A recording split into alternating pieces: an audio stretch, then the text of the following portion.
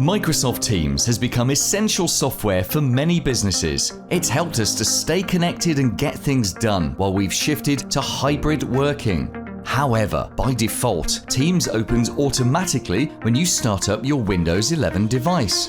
And maybe there are times you'd rather concentrate on a task without connecting to your staff.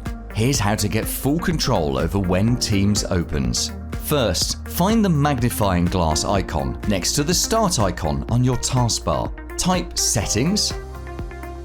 Within Settings, select Apps. Go to Startup and scroll down until you find Microsoft Teams. Then simply toggle it off. If there's another app that automatically opens on startup, you can turn that off here as well. What else annoys you about your technology? We can help. Get in touch.